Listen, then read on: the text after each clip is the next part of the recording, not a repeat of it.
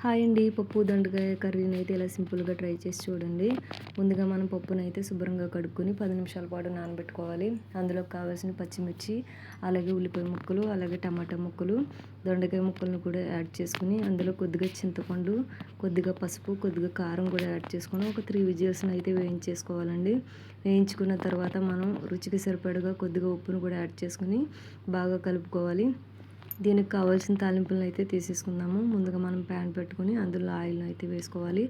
అందులో కొద్దిగా కరివేపాకు, అలాగే ఎండుమిర్చి, అలాగే వెల్లుల్లి, అలాగే జీలకర్ర, ఆవాలు కూడా వేసుకుని మనం ఉడకబెట్టుకున్న పప్పునైతే మాత్రం ఇందులో వేసేసుకుంటే అంతే, పప్పు దొండకాయ కర్రీ అయితే రెడీ అయిపోయింది కదా.